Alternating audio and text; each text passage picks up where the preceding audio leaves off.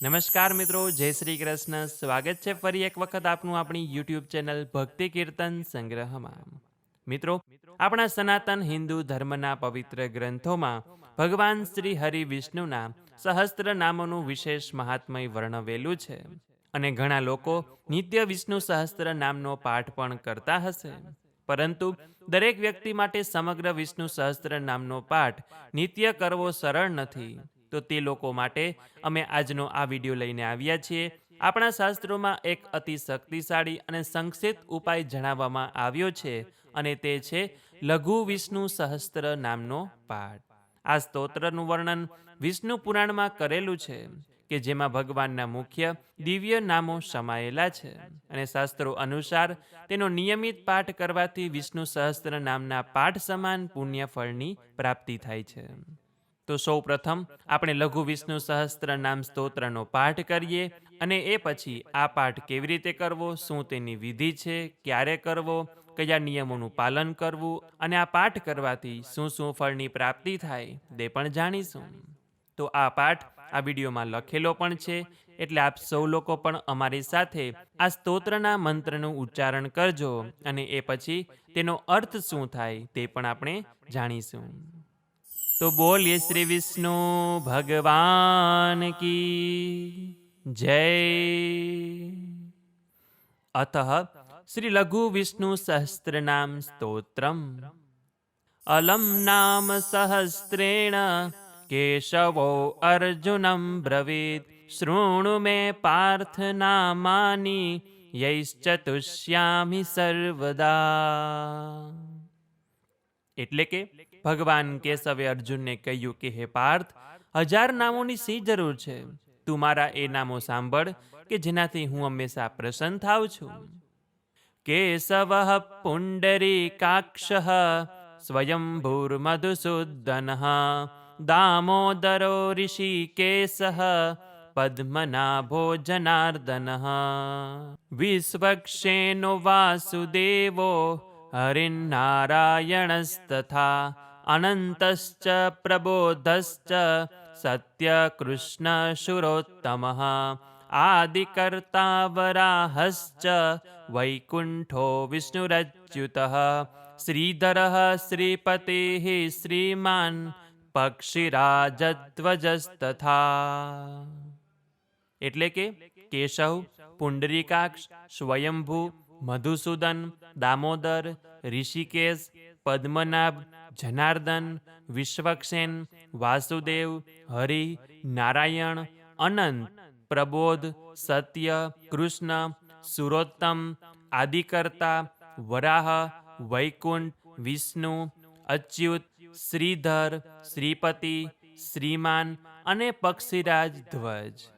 એતાની મમ નામાની વિદ્યાર્થી બ્રાહ્મણ પઠેત ક્ષત્રિયો વિજયસ્યાર્થે વૈશ્યો ધન સમૃદ્ધયે. આ મારા નામોનો પાઠ બ્રાહ્મણ વિદ્યા મેળવવા માટે, ક્ષત્રિય વિજય મેળવવા માટે અને વૈશ્ય ધન સમૃદ્ધિ મેળવવા માટે કરે છે. નાગ્નિરાજ ભયમ તસ્ય ન ચોરાત્મન્નગાદ ભયમ રાક્ષસેભ્યો ભયમ નાસ્તિ વ્યાધિભિર્નેવ પીડ્યતે. આ પાઠ કરનારને અગ્નિ, રાજા, ચોર કે સર્પનો ભય રહેતો નથી, તેને રાક્ષસોનો ડર લાગતો નથી અને તે રોગથી પીડાતો પણ નથી. ઇદમ નામ સહસ્ત્રમ તુ કેશવેનોદ્ધતમ સ્તવમ ઉદ્યત્ય ચાર્જુને દત્તમ યુદ્ધે શત્રુ વિનાશનમ. આ સ્તોત્ર જાણે 1000 નામોનો સાર હોય તેમ ભગવાન કેશવે પોતે ઉદ્ધત કરીને અર્જુનને આપ્યું છે કે જે યુદ્ધમાં શત્રુઓનો નાશ કરનાર છે. ઇતિ શ્રી વિષ્ણુ પુરાણે લઘુ વિષ્ણુ સહસ્ત્રનામ સ્તોત્રમ. તો બોલીએ શ્રી વિષ્ણુ ભગવાન કી જય. તો મિત્રો, હવે આપણે આ સ્તોત્રનો પાઠ કેવી રીતે કરવો, શું તેની વિધિ છે, શું તેનો સમય છે, શું તેના નિયમો છે તથા આ પાઠ કરવાથી શું ફળની પ્રાપ્તિ થાય છે. તો મિત્રો, આ પાઠ સૂર્યોદય પહેલા અથવા સૂર્યોદય સમય શ્રેષ્ઠ માનવામાં આવ્યો છે, અને જો ત્યારે ન થઈ શકે તો સાંજના સમયમાં પણ સૂર્યાસ્તના સમયમાં પણ કરી શકાય છે. જે કોઈ વ્યક્તિ આ પાઠ કરે છે તેનું મુખ પૂર્વ અથવા ઉત્તર દિશા તરફ હોવું જોઈએ. શક્ય હોય તો પીળા રંગના આસન ઉપર બેસવું, અને શક્ય હોય તો પીળા રંગના વસ્ત્રો પણ પહેરવા. સામે ભગવાન સમક્ષ બેસીને આ પાઠ કરી શકાય, અથવા તો કેળના વૃક્ષના પાસે પણ બેસીને આ પાઠ કરી શકાય છે. જ્યારે આપણે આ પાઠ કરીએ છીએ ત્યારે ભગવાનને પણ પીળું આસન આપી તેના ઉપર સ્થાપન કરવાનું. ભગવાનને પીળા ફૂલ ચડાવવાના, તુલસી પત્ર ચડાવવાના, અને ગોળનો પ્રસાદ ધરાવવો જોઈએ. અને નિત્ય થઈ શકે તો 28 વખત આ સ્તોત્રનો પાઠ કરવો.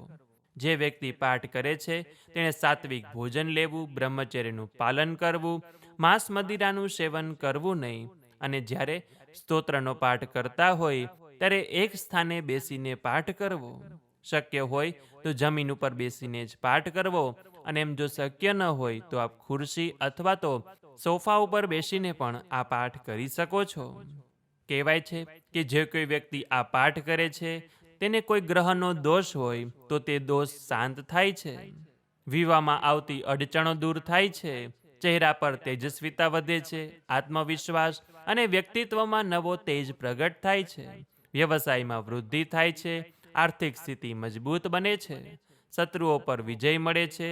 અને વિદ્યાર્થીઓ માટે સ્મરણ શક્તિ અને બુદ્ધિમાં પણ વધારો થાય છે, કે જેનાથી તેને પરીક્ષામાં સફળતા મળે છે.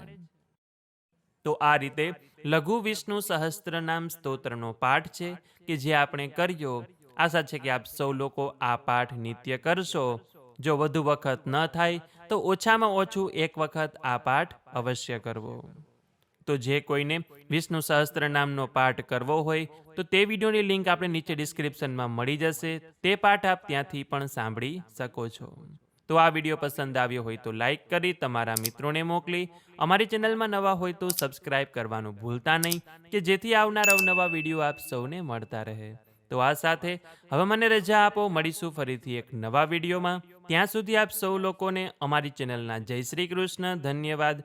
મારી સાથે જોડાઈ રહેવા બદલ, મને સાંભળવા બદલ આપ સૌ લોકોનો ખૂબ ખૂબ આભાર.